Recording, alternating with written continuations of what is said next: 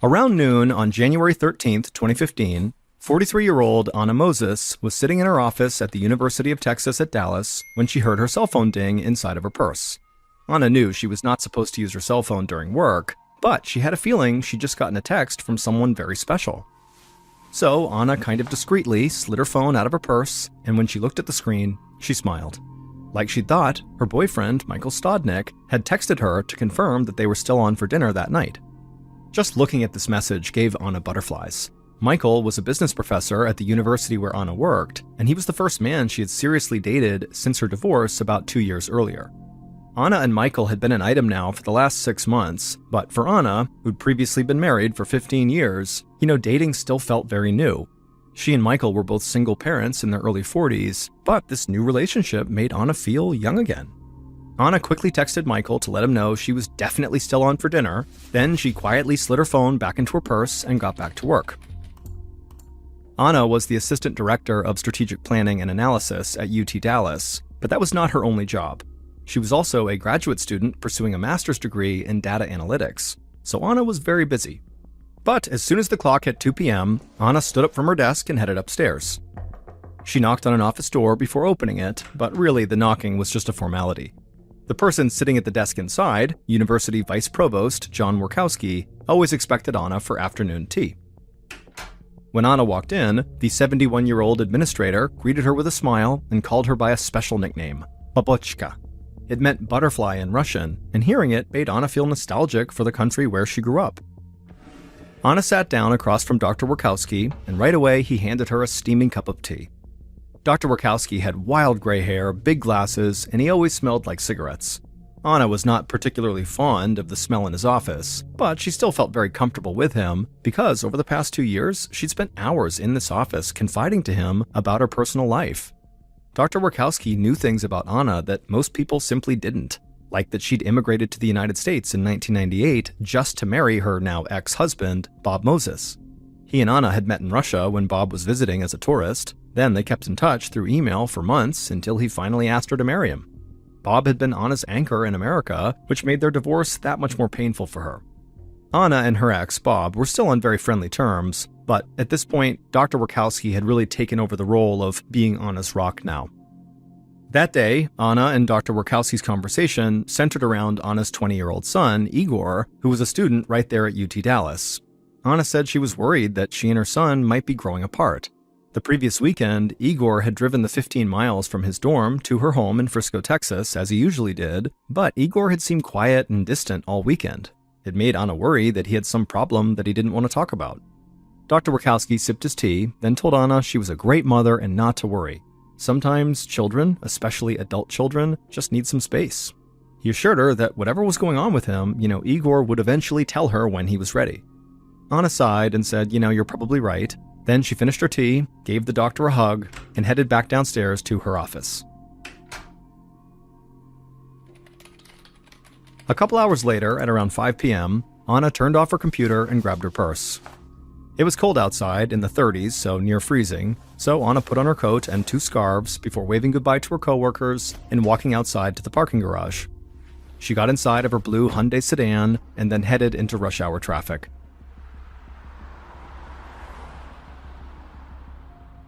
Part of the way home, Anna's stomach began to growl. She was hungry. Anna looked at the clock and saw that it was 5:30, which meant her boyfriend Michael would not be picking her up for dinner for another 2 hours. So she decided to pull off the highway right then and go to a fast food restaurant, a Taco Bell that served Mexican food, and she went through the drive-thru and she bought a chicken quesadilla. Anna was really hungry, but after receiving the food, she didn't eat it in the car. Instead, she just set it on her passenger seat. Anna generally preferred to keep her surroundings really tidy, and so she never ate in her car. It was just too messy. About 15 minutes later, Anna turned into her neighborhood. As she approached her 2-story brick house, she stopped beside her mailbox and rolled the window down to grab her mail. Then she pulled her Hyundai into the garage. Anna shut the garage door behind her, she gathered up her purse, her mail, and her quesadilla, and she got out of the car. She walked towards the door that led into her home, thinking about how excited she was for her date that night with Michael. But as she reached for the doorknob, Anna heard the sound of rustling behind her, followed by a loud clap.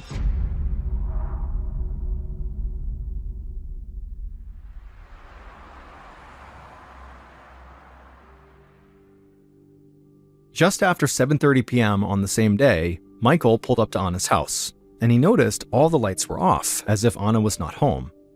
Michael was confused, but he got out of his car and knocked on Anna's front door. When she didn't answer, he called her, but she didn't pick up.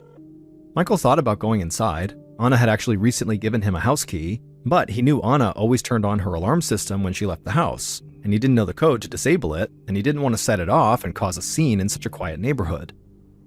Michael began to feel cold just standing outside, so he turned around, went back to his car, and tried calling Anna again. But Anna's phone again went to voicemail. Anna had never missed a date with Michael before, but Michael told himself, Anna was very busy, she was a grad student and a mother, she could have easily gotten sidetracked with any number of things. So even though he was very disappointed, Michael decided to go home and wait for Anna to call him back. He was sure she would explain everything as soon as she could. The next morning at 9 a.m., Michael once again pulled into Anna's driveway. He had continued calling and texting her until 11 p.m. the previous night, but she never responded. Michael even contacted Anna's friends to ask about her, but they too had not heard from her. And so when Michael woke up on this morning with no text or no calls from Anna, the first thing he did was drive to her house. Michael knocked on the front door, and when there was no response, instead of going in, he instead called the Frisco Police Department. He told the dispatcher that he hadn't heard from his girlfriend since the previous afternoon when she was working at UT Dallas, and now he was at her house knocking on her door and she wasn't answering phone calls or text messages, and so he asked if somebody could come out to her house to make sure she was okay. The dispatcher was obviously empathetic, but they told Michael that for this type of thing, protocol was he would need to call the university's campus police first, and then if for some reason they couldn't handle it, then they would ratchet this up to the Frisco Police Department. And so Michael hung up and then looked up the number for the university campus police and called them, and they promised him they would look into the situation right away. Michael thanked them and hung up, and even though he still felt very uneasy about this, he had to get to work. So he got into his car and drove away.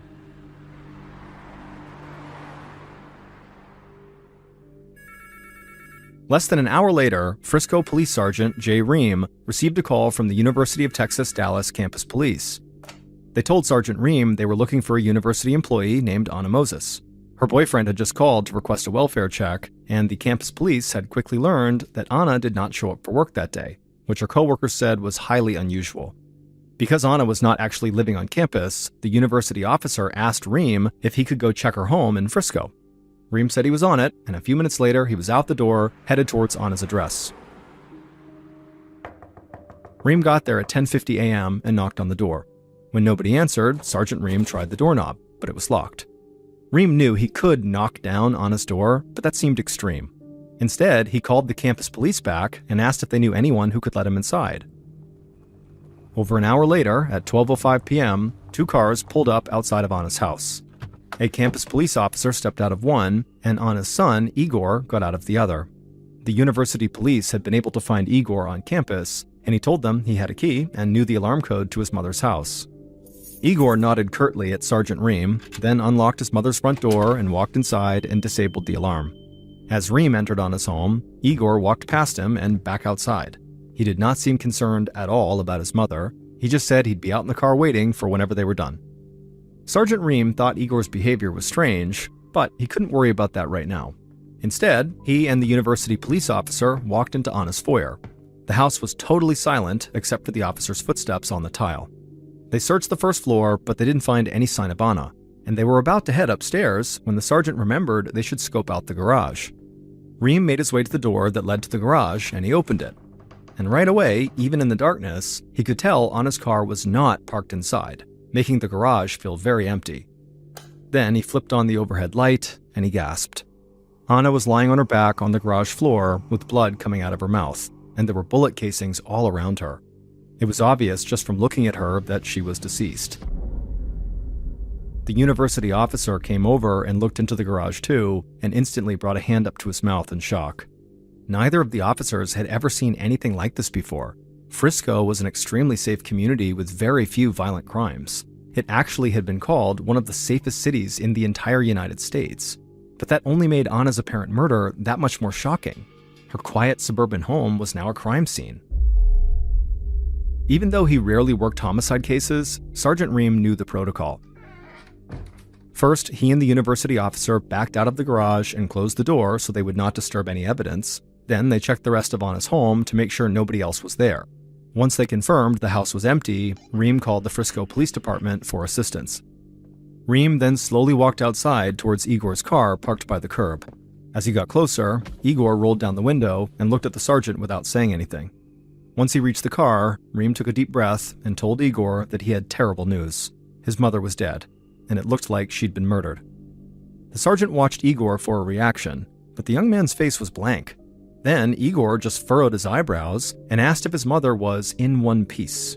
Sergeant Reem was so surprised by this question that he just said, "Well, yeah." Igor nodded and then said he had to go because he had class. Reem had no idea what to make of Igor's very bizarre reaction. It was so odd, but Igor had just received this life-shattering news, and Reem knew, shock can make people behave in totally inexplicable ways. So for now, Reem decided to give Igor a pass, and he just figured, they would do everything they could to find out what happened to his mother. Then the sergeant heard a siren blaring, and he looked up to see a Frisco PD cruiser heading his way.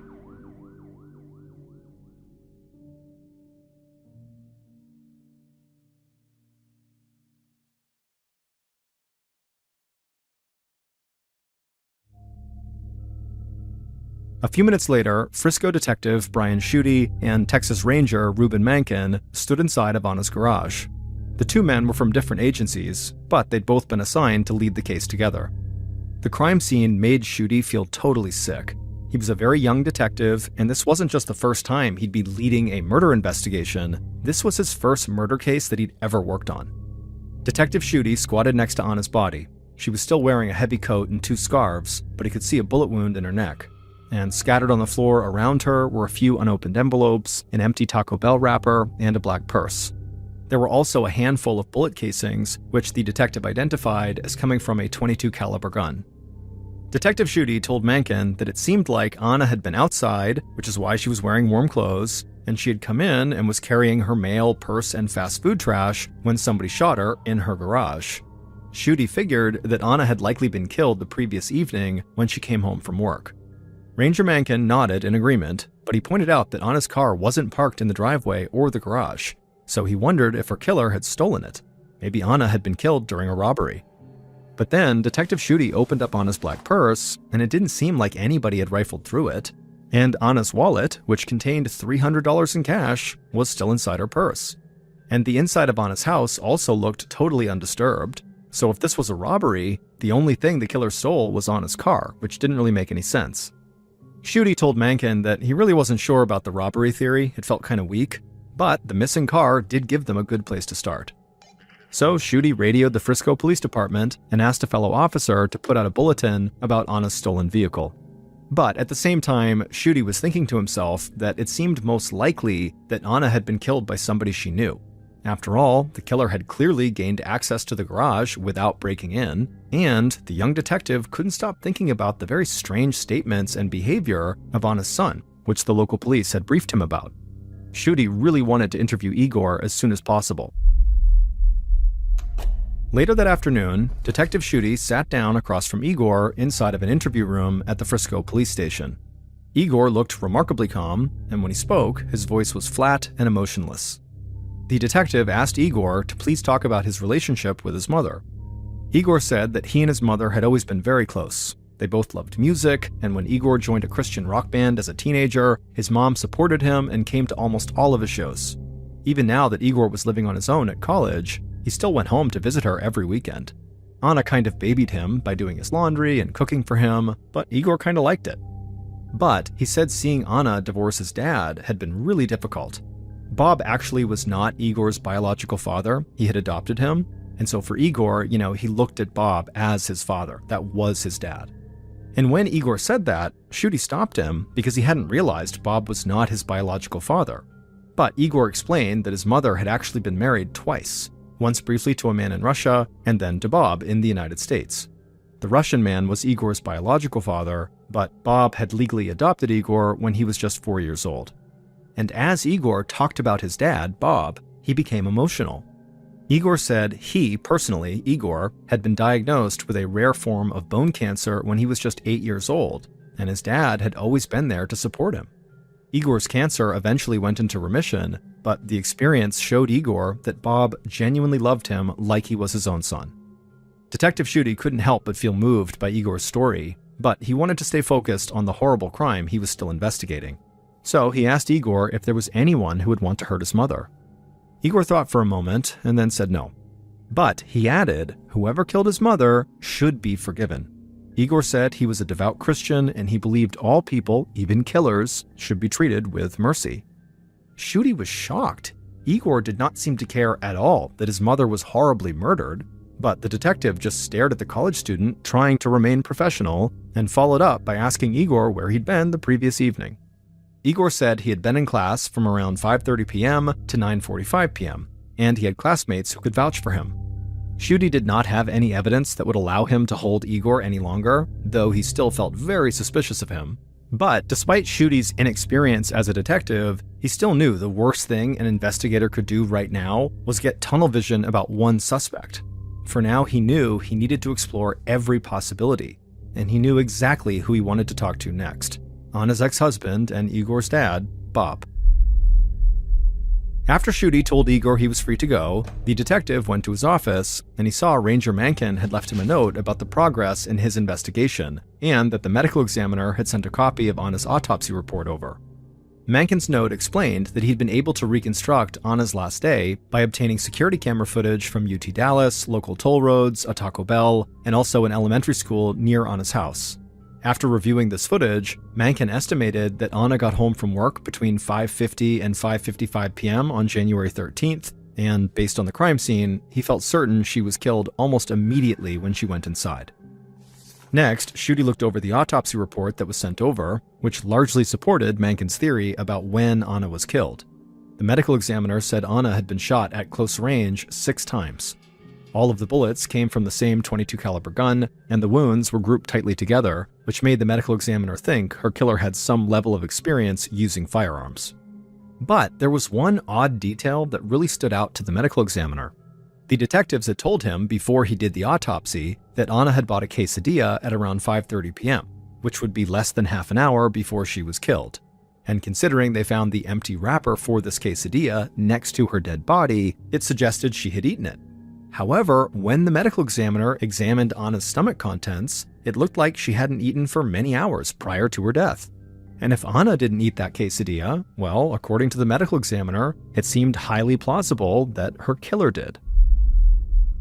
Schutte was so disturbed by the idea of somebody who could shoot someone in cold blood 6 times, kill them right in their house, and then pick up their Taco Bell and eat it over their body. It just seems so unbelievably psychotic. And so Schutte called Ranger Mankin and said he knew it was late, but they did not have time to waste. They really needed to dig in right now. So, shortly before midnight on Wednesday, January 14th, Schutte and Mankin knocked on the door of a medium-sized home in Frisco. This is where Bob had been living since his and Anna's divorce. He was renting a room and sharing the home with 3 other men. Bob answered the door. He was wearing pajamas and looked confused to see the police. He asked if everything was okay, and Detective Schutte just said no. They needed to speak with him about his ex-wife, but it would be better if they talked at the police station. But Bob didn't move right away. Instead, he stayed in his doorway and just kept asking, really, what's happening here? Can you tell me anything else? And finally, Detective Schutte said, "I'm sorry, but unfortunately, your ex-wife is dead." As soon as he said it, Bob's face just fell, and he agreed to go with them to the station. Bob's interview began at 1 a.m., so it was now Thursday, January 15th. And it wasn't until Schutte, Mankin, and Bob were actually sitting in the interview room that they told Bob Anna was not just dead, she had been murdered. Bob looked horrified, and his first question was, "Is Igor okay?" The police assured Bob that Igor was fine. Then Ranger Mankin asked Bob where he'd been on the evening of January 13th, the night that Anna was killed. Bob said he'd been home watching TV till about 7 p.m., and then he went out for dinner. And he said his 3 housemates could easily confirm his story. Bob admitted he owned 5 guns, 3 of which were .22 caliber, and he agreed to hand them all over to police for ballistics analysis. And when detectives asked him for a DNA sample, he gave them a swab without any hesitation. Ranger Mankin thanked Bob for his cooperation and told him he was free to go. After Bob was gone, both Mencken and Schutte agreed that Bob did seem honest and seemed genuinely distressed at his ex-wife's death, but they still needed to follow up on his alibi. However, it was super late, nearly 2 a.m., and so Schutte and Mencken decided to call it a day. But just then, Schutte's phone rang. A Frisco Police Department patrol officer told him that they had just found Anna's stolen car in a residential neighborhood a few blocks away from her house, and the patrol officer was pretty sure they could see blood inside. Schutte's heart started to race. He told the patrol officer to make sure nobody touched that car. In the meantime, he would arrange for a tow truck to bring the vehicle to the crime lab for analysis.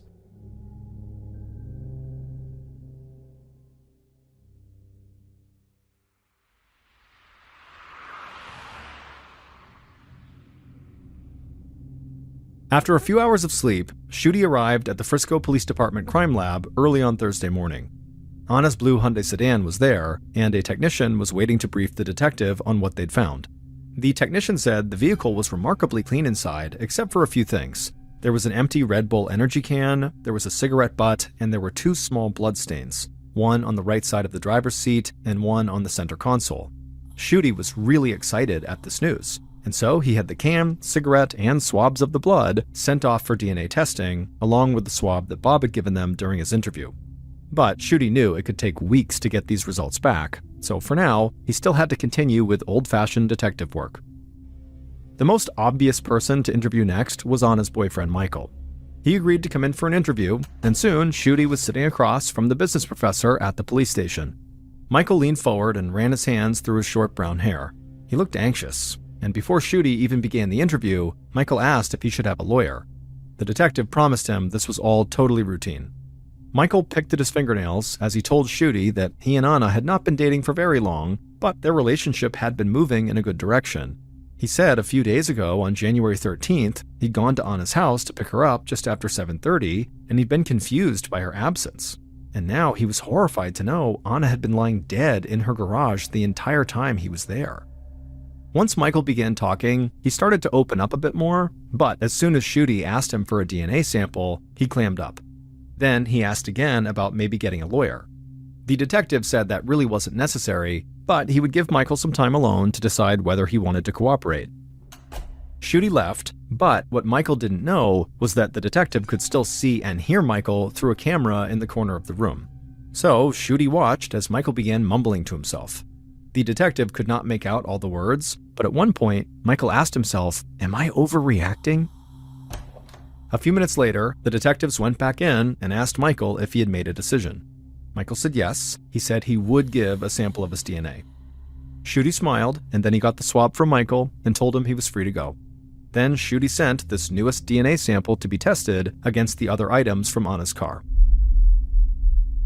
While they waited for the DNA results, Detective Schutte and Ranger Mencken interviewed some of Anna's friends and co-workers. And quickly, the investigators soon learned that Bob and Michael were not the only men in Anna's life. Anna's friends pointed detectives towards a man named Jerry Caspel, a poet who they said had a deep spiritual bond with Anna. Her co-workers also mentioned a vice provost at UT Dallas named Dr. John Workowski, who seemed to be Anna's mentor. Detective Schutte contacted Jerry first, and when he arrived for his interview, he was totally overwrought and on the brink of tears. He told the detective that Anna was his muse, and without her, he didn't know if he'd ever be able to write poetry again. Schutte narrowed his eyes at Jerry's very melodramatic display, but he let him keep talking. Jerry explained that he met Anna at a public speaking course a few years back, and they'd bonded over their love of art. They often went to the opera together, and Anna would read and edit Jerry's poems. He'd published 2 books of poetry and dedicated them both to her. Schutte thought this connection sounded very intense, so he asked Jerry what Anna's boyfriend thought about them being so close, and Jerry looked surprised. He said he didn't even know Anna had a boyfriend. But regardless, he insisted their relationship was not romantic, it was purely spiritual. The detective found the whole tale pretty hard to believe. He asked Jerry if he owned any firearms, and Jerry said yes, he had a .22 caliber handgun. But he quickly agreed to let the police analyze it, and he also gave them a DNA sample. Next, Schutte asked where Jerry was around 6 p.m. on January 13th. Jerry said he was driving home from work on a Dallas toll road that was very far away from Anna's home, and the toll records would certainly reflect that. Schutte thanked Jerry, and as soon as the poet left, Schutte just shook his head. It did not seem like Jerry was a viable suspect. So he called the next man on his list. A few days later, Detective Schutte began to interview Dr. John Warkowski. The university administrator explained that he met Anna through work, and they grew very close during her divorce. Then, Dr. Warkowski said something surprising. He told the detective that he and Anna once had an affair. Schutte stared at the man, who was 70 years old, making him 27 years older than Anna. Dr. Warkowski said he knew that he and Anna seemed like an unlikely pair, but it really was true. He said Anna wanted to have a relationship with him, and he had to cut it off because of their age difference. It just seemed totally inappropriate. But they still remained close friends, and so Dr. Warkowski knew very intimate details about her life, like how she struggled emotionally and financially after her divorce. Dr. Warkowski said he considered it his privilege to help Anna with money. In fact, in the 2 years since her divorce, he'd wired her a total of $46,000 US. Dr. Warkowski insisted this money was given as a gift with no strings attached, but Schutte was not convinced. He wondered if maybe, during one of their intimate conversations, Anna had learned something about the administrator that he wanted to keep hidden. What if those gifts were actually hush money payments? Or maybe he was paying Anna for sex, and she was threatening to expose him. Thinking about the items found in Anna's car, Schutte asked Dr. Warkowski if he drank energy drinks or smoked cigarettes. Dr. Warkowski said he didn't like energy drinks, but he definitely smoked. And when the detective asked for his whereabouts on the evening of January 13th, the administrator said the same thing Jerry did. He was driving home from work on a toll road that was far away from Anna's home, and certainly the records would reflect that. Schutte made a note of this, but unlike Jerry, he didn't think this let Dr. Warkowski off the hook. So Schutte asked the administrator if he'd be willing to give a voluntary DNA sample. Dr. Warkowski said he was happy to do anything that would help the police solve this case. So he let the detective swab the inside of his cheek before he left the police station. At this point, Detective Schutte felt like he had 5 strong suspects: Anna's son, Igor, her ex-husband, Bob, and her boyfriend, Michael, plus the poet, Jerry, and the university administrator, Dr. John Warkowski. They all claimed to have alibis, however, none of them had been corroborated yet. Detective Schutte briefed Mencken on everything he discovered about these suspects, and Mencken agreed that they couldn't rule any of them out quite yet. Shortly after that, the detectives got disappointing news from the ballistics analysis on Bob and Jerry's guns. None of the guns matched the one that killed Anna, so they still didn't have the murder weapon. Schutte sighed. Until he got the DNA results and Mencken finished investigating their suspects' alibis, he had no other leads to pursue. But Detective Schutte didn't want to just sit around waiting for other investigators to do their work, so he started wondering if maybe he should go back to Anna's house and have another look around. Police had done an initial search, but there was always a chance something got missed. So Schutte obtained a search warrant, and in late January, about 2 weeks after Anna's murder, he returned to her home. When he got there, he saw there were 2 cars parked outside. So he went up to the door and knocked, and was surprised when Anna's ex-husband, Bob, answered the door. Igor was standing just a few feet behind him. It turned out the father and son had moved into Anna's home a couple weeks ago, 1 day after her body was found in the garage. This struck the detective as a very strange thing to do, but Bob quickly explained that he and his son were grieving together. And because Igor lived in a college dorm and Bob lived in a house with 3 other men, Anna's home was the only private place they could go to. Schutte said that did make sense. However, even though they wanted private time, he held up a search warrant and said he needed to come inside. So Bob immediately opened the door wide and said, "Come on in." The first thing Schutte did is he went into Anna's home office. There, he dug through her desk drawers until he found something that stopped him in his tracks. It was a copy of Anna's life insurance policy. Anna had taken out a policy worth $750,000 US, and she had named one person as the sole beneficiary, her son, Igor. Suddenly, it looked like Igor, whose behavior had struck investigators as very odd from the onset, stood to gain a lot from his mother's death. Then Schutte managed to jimmy open a locked drawer in her desk, and he found something even more interesting. It was a handwritten letter, mostly in Russian. He couldn't understand what it said because he didn't speak Russian, but he figured it must contain something very private since Anna had kept it in a locked drawer. Schutte quietly slid the letter into an envelope and then left the desk and finished searching the rest of the house. He didn't find anything else in the house of note, and so after he left and got back to the police station, he sent a copy of that letter to the FBI so an agent who spoke Russian could translate it for him. In early February, Detective Schutte received a translation of that letter from Anna's desk, and suddenly, Anna's murder started to make a lot more sense. Anna had written this letter herself about one of the police's suspects, and it cast her connection to this man into a totally new light. Next, Ranger Mankin reported back that he had checked out all 5 men's alibis, and he'd been able to verify all of their stories except for one of them. The person whose alibi could not be confirmed was also the same person Anna had written about in her letter. And finally, Schutte got the results of the DNA analysis. DNA from the Red Bull can and cigarette butt in Anna's car did not match any of the suspects, and it didn't match anybody in their criminal database. But those bloodstains found in Anna's car did match a suspect, the same one who did not have an alibi and who Anna wrote about.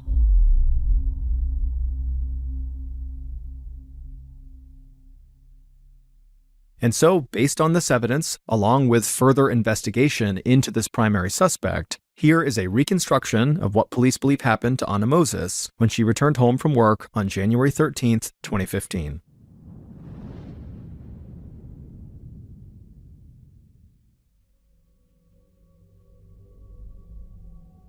Late that afternoon, Anna's killer crouched in a corner of her garage, clutching a .22 caliber rifle. He'd been able to slip inside a few minutes earlier because he knew the code to open the garage. Now he was waiting for Anna to get home. Just past 5:50 p.m., the killer heard the sound of the automatic garage door sliding open. Light began to fill the dark garage, and so as it did, he pressed his body back against the wall, trying to be as small and out of sight as possible. He watched as Anna pulled her car inside. The garage door shut, and the killer heard Anna's car door open and then close. Then he listened to her footsteps as she walked towards the door to her house. But before she could open it, the killer stood, raised his gun, and fired 3 shots into her back. Anna spun around in shock. She dropped her mail, purse, and the quesadilla she'd been carrying but not eating. Before she could say anything, the killer fired 3 more shots. 2 hit Anna in the chest, and the other hit her in the neck. Anna crumpled to the ground with blood flowing out of her mouth. Anna's killer slowly lowered his rifle and walked towards her. He watched her chest for any sign of movement, but it wasn't moving. She was not breathing. So he picked up her car keys off the floor and was about to get into her car when he saw the uneaten chicken quesadilla on the floor. So he picked it up, ate it right next to her body, and left the wrapper behind. The killer then got into Anna's car, opened up the garage door again, backed out, and shut the door as he drove away. But he didn't realize that he had a cut on his right hand, and it was leaking blood onto Anna's car seat and center console. The following evening, the killer abandoned the blue Hyundai in a neighborhood a few blocks away from Anna's home, and as law enforcement investigated Anna's murder, her killer did his best to appear very cooperative. He agreed to be interviewed, and he agreed to give a swab of his DNA. But at the same time the killer was kind of putting on this act, in the background, he was doing everything he could to profit off of Anna's death. And that's what police understood as soon as they read the translation of that Russian letter.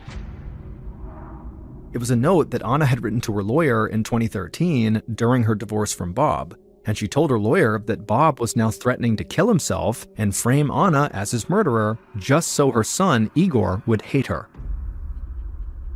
When Detective Schutte read this, he realized Anna and Bob's divorce was not nearly as amicable as people thought. In fact, the couple had a long history of problems. In 2008, Anna visited a counselor after learning Bob had an affair. She wanted to leave him, but said she felt indebted to him because of how much he'd helped her during Igor's cancer battle. And years later, Anna had called one of her close friends crying, saying she had locked herself in a closet because she was afraid Bob was going to kill her. Anna hid these ugly realities about Bob from her son because she knew her son loved Bob. Bob was the only father figure Igor had ever known, and Anna didn't want to damage that relationship, even if it meant she had to act friendly towards a man she feared. But Bob was angry that Anna divorced him, and he was filled with jealousy over Anna's relationship with Michael. Adding to Bob's bitterness, Anna got total ownership of the large 2-story house they used to share. Bob claimed that at the time Anna was killed, he was at home watching TV, but his housemates told police they did not remember him being home at that time. And while none of Bob's guns matched the murder weapon, he was a military veteran with experience using guns. And so police believe Bob must have taken apart the murder weapon and hid or destroyed the pieces. And if police had any doubts that Bob was the killer, well, the DNA evidence totally erased those doubts. It was clearly Bob's blood inside of Anna's car, likely from a cut on Bob's right hand that he had bandaged by the time he met with police. On February 26, 2015, Detective Schutte and Ranger Mankin arrested Bob at Anna's home. Bob maintained his innocence and pleaded not guilty at his trial. Bob's defense argued that there were too many unanswered questions in Anna's murder, like whose DNA was on the Red Bull can and the cigarette butt found in Anna's car. But the prosecution argued that Bob may have planted this evidence just to confuse investigators. In the end, a jury found Bob guilty of murder, and a judge sentenced him to life in prison. Bob would appeal his conviction in 2018, but an appeals court upheld the jury's original ruling, and to this day, Bob remains incarcerated. It was December 1979, and a young woman named Rose Harmon shivered in the cold at a bus stop in Madison, Wisconsin. The ground was covered in icy gray slush, and the whipping wind chilled her to the bone. But still, Rose couldn't help feeling cheery. All the lampposts around her were decorated with Christmas lights, and she just loved the way the city looked this time of the year. The 18-year-old high school student shifted her backpack from one shoulder to the other as her bus finally arrived at the stop. When the hydraulic doors opened, Rose stepped on board, and immediately it hit her how much warmer it was inside of the bus than it was outside, to the point where her cheeks flushed and she lowered the hood on her jacket. But as she walked towards the back of the bus, it just felt like the temperature inside the bus was only rising. Rose unbuttoned her parka, but it didn't help. She began sweating, and then suddenly Rose felt so overheated she could barely breathe. The edges of her vision went dark as she tried her best to gulp down air and get her coat off. She could hear people around her reacting to her strange, desperate behavior. Someone was telling the bus driver to pull over, call an ambulance. And then Rose felt a sharp pain in her knees as she collapsed to the floor, and then everything went black.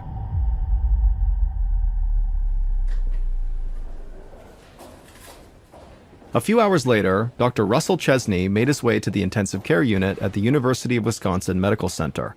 Dr. Chesney was a kidney specialist, and any time he was paged to go to the ICU, it was usually bad news. And tonight was no exception.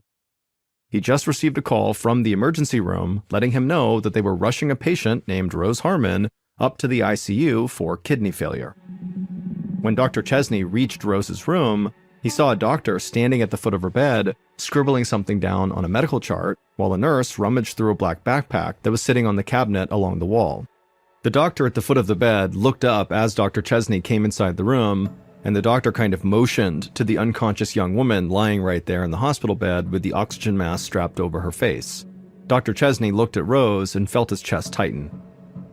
He knew Rose was only 18 years old, but in person, she looked even younger.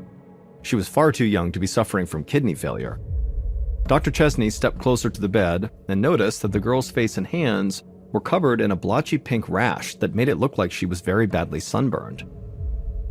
The doctor who had already been in the room told Dr. Chesney that Rose had come into the ER unconscious and with a very high fever. She was barely breathing, and when the doctor performed an initial exam, he heard crackling in her lungs. It was a warning sign that her lungs were filled with fluid, and they needed to perform a procedure to drain them. However, before they could extract the fluid, Rose's kidneys began to fail, and so that was when they had called Dr. Chesney. Dr. Chesney couldn't believe how quickly Rose seemed to be breaking down, and Dr. Chesney had never seen anything like this list of symptoms she had, especially her sunburn-like rash. He knew that Rose's body was in shock, which meant that it wasn't properly able to pump blood to all her organs. That was why her lungs and kidneys were failing. But he had no idea why Rose's body had gone into shock in the first place. And in order to save Rose, that was the question that Dr. Chesney would have to answer. Otherwise, even if he could stabilize her right now, she would eventually go back into shock. Given the rapid onset of Rose's symptoms, Dr. Chesney guessed that she must have contracted a very serious infection. He needed lab work to better understand what was wrong with Rose, but there was no time to wait for test results, which could take up to a couple of days. She needed help right now. A moment later, the nurse returned and told Dr. Chesney that she'd found Rose's ID in her backpack and contacted her parents. Dr. Chesney thanked the nurse and gave her a new task: to start Rose on a few different antibiotics. He hoped that one of them would stop the infection from spreading. And in the meantime, after they used a long needle to drain the fluid from her lungs, He would order as many tests as possible to identify the source of the infection. Dr. Chesney also decided to put Rose on dialysis, meaning a machine would now be flushing toxins from her kidneys, since her own kidneys were not able to do that. They were failing. While the nurses got everything started, Dr. Chesney left to go check on some other patients and promised he would be back soon. An hour later, Dr. Chesney turned back into Rose's room. The sunburn rash had spread up her arms, making her look even worse. He checked her vitals and was dismayed at what he saw. Rose's blood pressure had fallen, which meant that her body was not coming out of shock. So Rose's body still was not pumping enough blood to her organs. Dr. Chesney decided to give the antibiotics one more hour to maybe work. It was nearing the end of his shift, but he wanted Rose to stabilize before he left the hospital. But when Dr. Chesney came back to check on her the next time, he could immediately tell the antibiotics were still not working. The rash had spread even more. Now it fully covered Rose's arms and legs. Her blood pressure was even lower than before. Dr. Chesney was bewildered. The antibiotics should be able to fight off a wide variety of infections, so whatever Rose was fighting had to be extremely rare and very potent. Dr. Chesney clearly could not afford to sit around and wait for Rose's test results to come back, otherwise it would be too late to help her. So he ordered a chest x-ray, thinking maybe it would reveal that she had a bad case of pneumonia. As orderlies wheeled Rose's gurney toward the x-ray suite, a nurse came into the room and told Dr. Chesney that Rose's parents had arrived at the hospital. Dr. Chesney immediately hurried out into the waiting room, meeting the parents right as they stepped off the elevator. Dr. Chesney was anxious to speak with them about Rose's health and felt a pang of empathy at the looks of sheer terror on their faces. Dr. Chesney invited them to sit with him for a moment. He explained that Rose was getting a chest x-ray and they could see her after that. And in the meantime, he asked her parents to walk him through Rose's medical history. Specifically, he wanted to know if she'd been sick at all in the past week, or if anyone around her at home had been sick. But Rose's parents shook their heads, no. The mother assured the doctor that they'd all been feeling fine. They also hadn't received any word of any illnesses circulating at Rose's high school either. And the more they talked about Rose's medical history, the more it became apparent to Dr. Chesney that Rose was a very healthy, average 18-year-old girl. And so Dr. Chesney was stumped. Dr. Chesney didn't have any more questions to ask, so he thanked her parents and promised he'd come get them the moment they could see their daughter. Then he turned on his heels and hurried back down the hallway towards Rose's room, anxious for the results of her x-ray. Thankfully, as soon as Dr. Chesney arrived, Rose's nurse was putting up all the x-rays on a light box so he could look at them. And Dr. Chesney took one look at the x-rays and he gasped. Rose did not have pneumonia, but the reason she was having trouble breathing was very obvious. There was bleeding in her lungs. Dr. Chesney could clearly see that Rose's symptoms were getting more and more dire. But almost worse than that, they seemed kind of random and disconnected. They were not pointing him anywhere. There was one piece of good news, though. When Dr. Chesney checked Rose's vitals, he saw that her blood pressure was rising. This meant the treatments they were doing were finally working, and Rose was coming out of the shock. And so Dr. Chesney decided that Rose was stable enough for her parents to come see her, even if she would not be awake. So he turned out of Rose's room and headed back to the reception area where Rose's parents were waiting patiently, still looking absolutely terrified. He called them over and then led them back into their daughter's room, standing back to give them room by her bedside. He told the parents that, in his opinion, Rose would likely regain consciousness as her body stabilized. But what Dr. Chesney did not tell them was that he had no idea why their daughter's lungs were bleeding. He also had no idea why she landed in the hospital in the first place. Her symptoms were just totally confusing. And so Dr. Chesney knew he would need to consult with someone he trusted.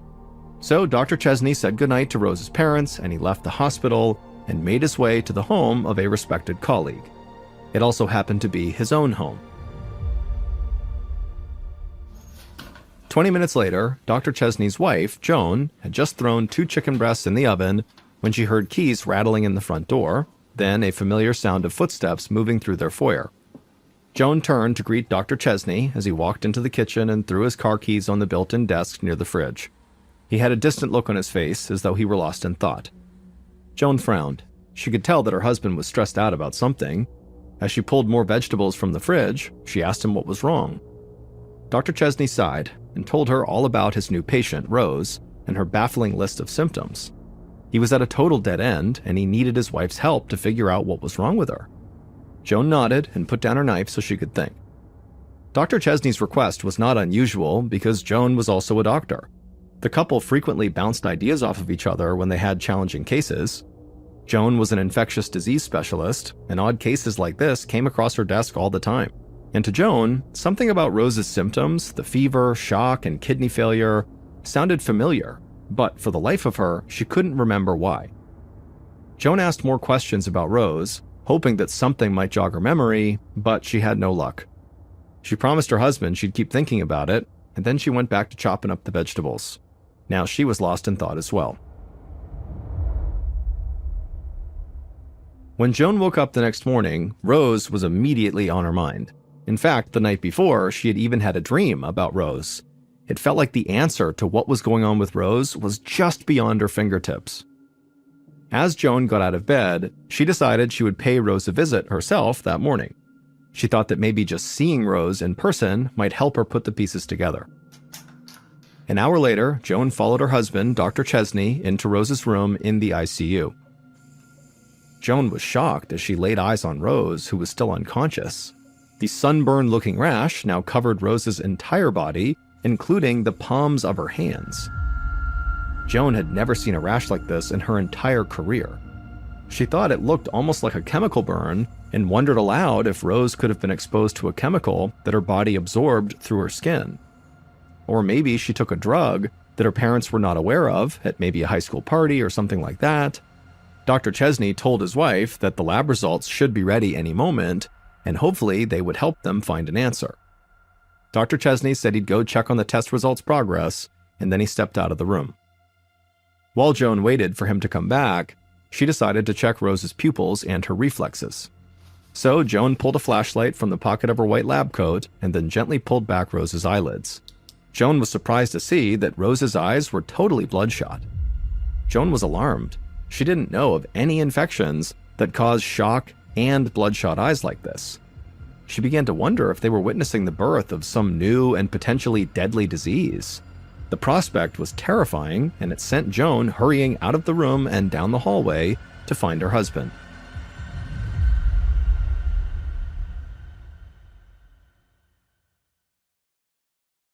Two mornings later, Joan was on her way out of the hospital to attend a local conference on infectious diseases.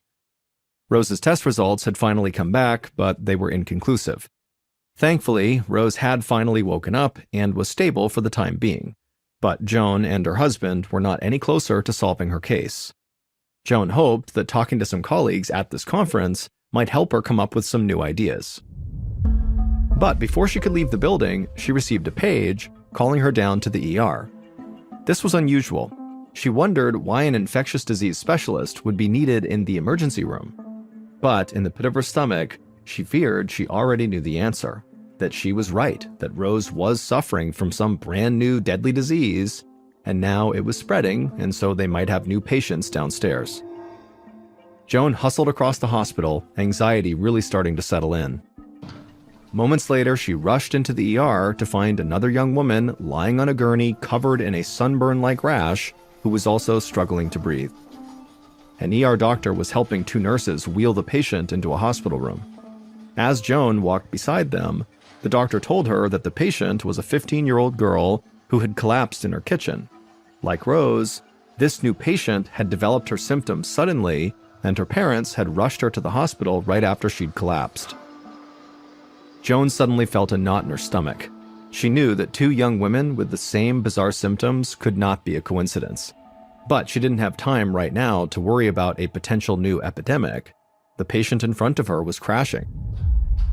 Joan followed the ER doctor into the patient's room, and as she did, she told the doctor the exact cocktail of IV fluids and dialysis that her husband, Dr. Chesney, had given to Rose. The ER doctor thanked Joan for saving him a call up to the ICU. Joan gave him a grim smile. She knew this treatment she had suggested would likely stabilize this new patient for the time being, but she knew it would not cure her. Joan looked down at her watch and realized she might be late for this conference, and so she needed to leave right now. She needed to attend this conference really for the sake of Rose and this new patient. Joan hoped that one of her colleagues at this conference might recognize the symptoms these two girls were showing and be able to help figure out what was making them sick so they could finally treat them and cure them. An hour later, Joan walked into a large lecture hall, a styrofoam cup of coffee in her hand. The desks had all been arranged in a big circle, and so Joan took a seat on the far side of the room. There were already a few colleagues getting settled, and so Joan waved at a friend as she set her things down and took out her notepad. All morning, specialists took turns presenting cases that involved different infectious diseases. Some had been solved, and others still needed to be diagnosed. They were all interesting, but it was the last case that caught Joan's attention. The speaker handed around copies of a file for one of his current patients. She was a 25-year-old woman, also local to the area, and just like Rose and the 15-year-old girl at the hospital, this patient had also experienced sudden kidney failure, a high fever, and a sunburn-like rash.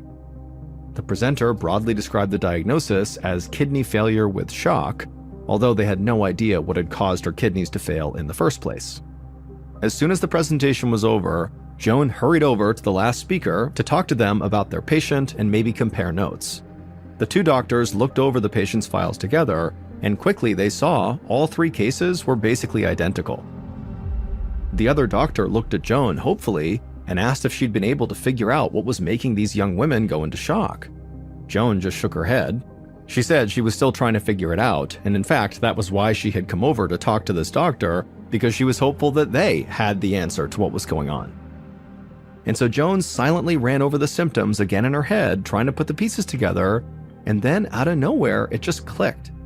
Suddenly, Joan remembered where she had read about this disease before, in a journal article published a year earlier. That was why, when her husband, Dr. Chesney, had come home and first told her about the symptoms Rose was showing, they seemed so familiar. This article was the reason.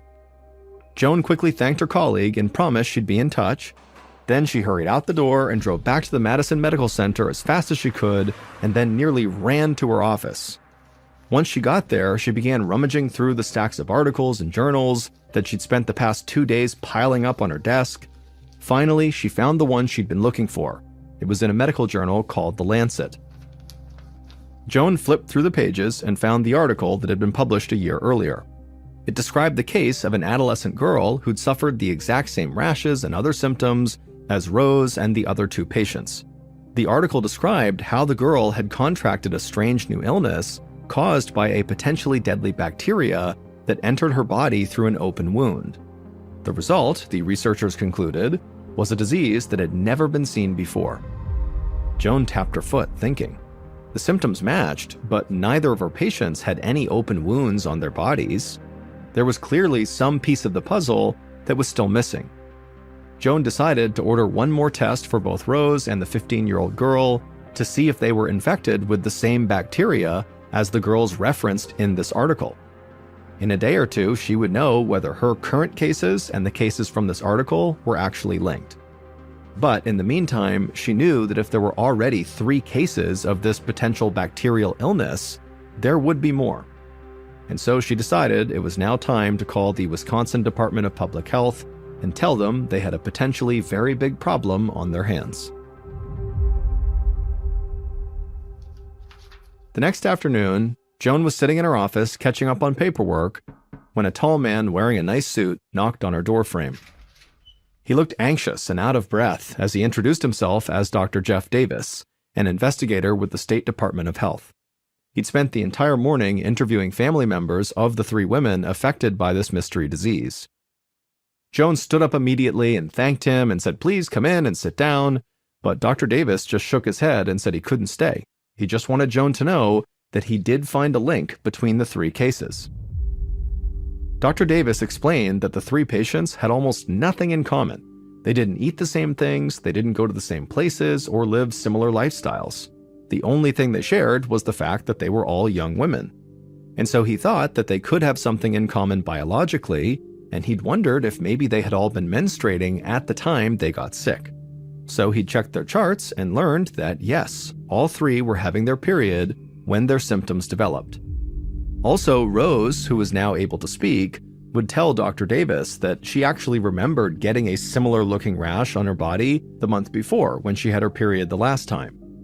This was a promising link, but Dr. Davis said he didn't know what it meant, or if it was even relevant at all. After he was done speaking, Dr. Davis just looked at Joan expectantly, as though she could now solve the mystery. But Joan wasn't sure what to say. It didn't make sense. There was nothing about a period that would make these women so sick. But Joan knew that this connection was really all they had to go on, so she couldn't just dismiss the theory outright. And so instead, she took a seat and picked up Dr. Davis's notes from all the family meetings he had just had, and she began to read over them.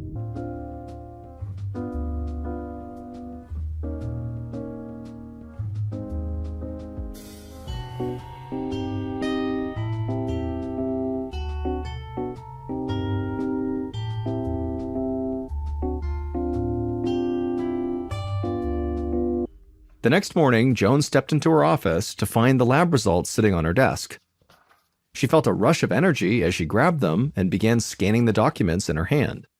It would turn out both of her patients, Rose and the 15-year-old girl, had tested positive for a life-threatening infection from bacteria called Staphylococcus aureus.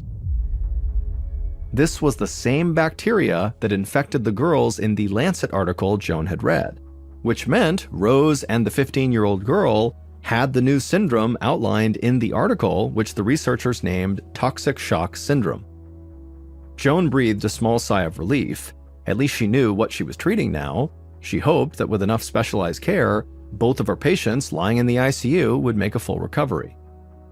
But Joan still had a very big problem. She still didn't know how her patients could have contracted the deadly staph infection in the first place. They had no open wounds, no place for the bacteria to enter the bloodstream. She remembered Dr. Davis's observation that all the women were on their periods at the time. Joan wondered if Rose and the 15-year-old girl had taken a contaminated painkiller to alleviate their cramps, and maybe that's why they got sick. But this was only a theory, and until doctors figured it out, more people would likely get sick. Joan hoped Dr. Davis and the other investigators at the Department of Health would be able to find the cause quickly. About 6 weeks later, on a cold morning in late February 1980, an epidemiologist at the National Centers for Disease Control named Bruce Dan drove to work, feeling completely at a loss. He had spent almost 2 months trying to find the cause of the toxic shock infections in Madison, Wisconsin, and other locations all over the United States. To date, no one could figure out what was causing the illness or how to stop what was now a nationwide epidemic. By now, the mysterious infections had become national news. And as Dr. Dan pulled into the parking lot at the CDC, a story about toxic shock came on the radio. He listened as the reporter summarized the stats that Dr. Dan had already memorized. Since early December, 107 cases of toxic shock had surfaced in 33 states around the country. Thankfully, no deaths have been reported yet. Dr. Dan switched off the radio, parked his car, and walked to his office in silence. As he said good morning to his secretary handed him a stack of memos. This had become routine, because ever since the newspapers, TV, and radio started publishing daily reports on toxic shock, Dr. Dan had received hundreds of calls from women all across the country experiencing similar symptoms. Dr. Dan thanked the secretary and was about to leave when she stopped him and she handed him one more memo. He looked down at it, and as he read it, his stomach dropped. That morning, a young woman living in Wisconsin had become the first person to die from this mysterious infection. This woman was not one of Joan's patients, so she was not Rose or the 15-year-old girl, and in fact, by this point, Rose and the 15-year-old girl had actually fully recovered and were back with their families. But now it was clear to Dr. Dan that this infection could turn deadly, and Dr. Dan had been too late to stop it. He walked into his office so upset he wanted to kick his desk chair. He had always been very motivated to solve this mystery, but now his motivation was through the roof. He decided it was time for drastic action. He would find the answer to this riddle no matter the cost. Over the next few weeks, Dr. Dan and his team made thousands of phone calls interviewing women who were being treated for toxic shock. They also talked to young women who were not getting sick for comparison. At the end of each day, Dr. Dan would spend hours in his office reading the notes taken during each of these calls, searching for anything that stood out. Meanwhile, the number of toxic shock cases mounted. Within a month, more than 100 serious cases had been reported, and this only motivated Dr. Dan to work harder and stay later, losing himself in his notes. And finally, after 4 weeks of hard work, Dr. Dan found a link. He discovered that all the women who developed toxic shock syndrome used tampons when they menstruated, not pads. Dr. Dan sat at his desk, scratching his chin. He knew he was onto something. Granted, tampons had been on the market for more than 50 years. In fact, 50 million women used them every month in the United States alone. Out of that 50 million, only several hundred had gotten sick. So clearly, the vast majority of tampons were causing no problem at all. Dr. Dan rapped his pen on the desk, thinking, and he wondered maybe it was just one brand of tampons that had somehow become contaminated in some way. And so he decided to begin calling tampon manufacturers, and what he found would finally solve the mystery. As Dr. Dan and his colleagues conducted their surveys, they discovered that in about 70% of the toxic shock cases, the women used tampons from a brand called Rely. Specifically, they used the heavily absorbent version. At first, this didn't make sense to Dr. Dan. Rely had introduced the heavily absorbent tampons 6 years earlier, in 1974, but there was no evidence linking them to toxic shock until this outbreak had started in late 1979. However, right before the outbreak began, Rely began using synthetic materials. And the other brands, which accounted for the other 30% of toxic shock cases, also were using synthetic materials, just not as much. It turned out that while these materials allowed for much better absorbency, they also helped promote the growth of the bacteria that causes toxic shock. Once Dr. Dan discovered the link between Rely tampons and toxic shock, the CDC published an article with their findings. For Dr. Joan Chesney and her husband Russell, the study was a huge relief.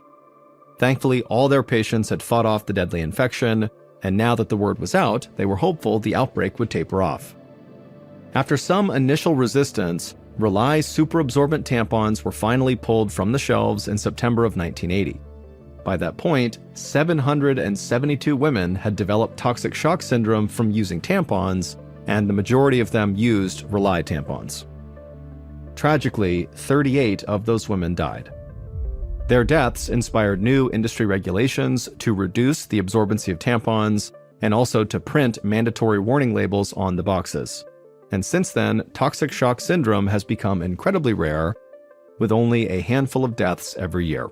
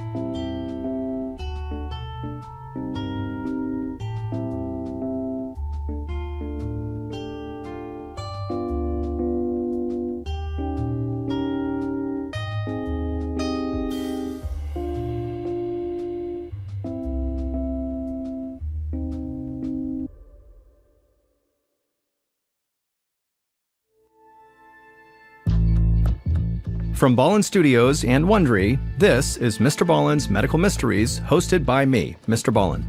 A quick note about our stories: we use aliases sometimes because we don't know the names of the real people in the story, and also, in most cases, we can't know exactly what was said, but everything is based on a lot of research. And a reminder, the content in this episode is not intended to be a substitute for professional medical advice, diagnosis, or treatment. This episode was written by Aaron Land. Our editor is Heather Dundas.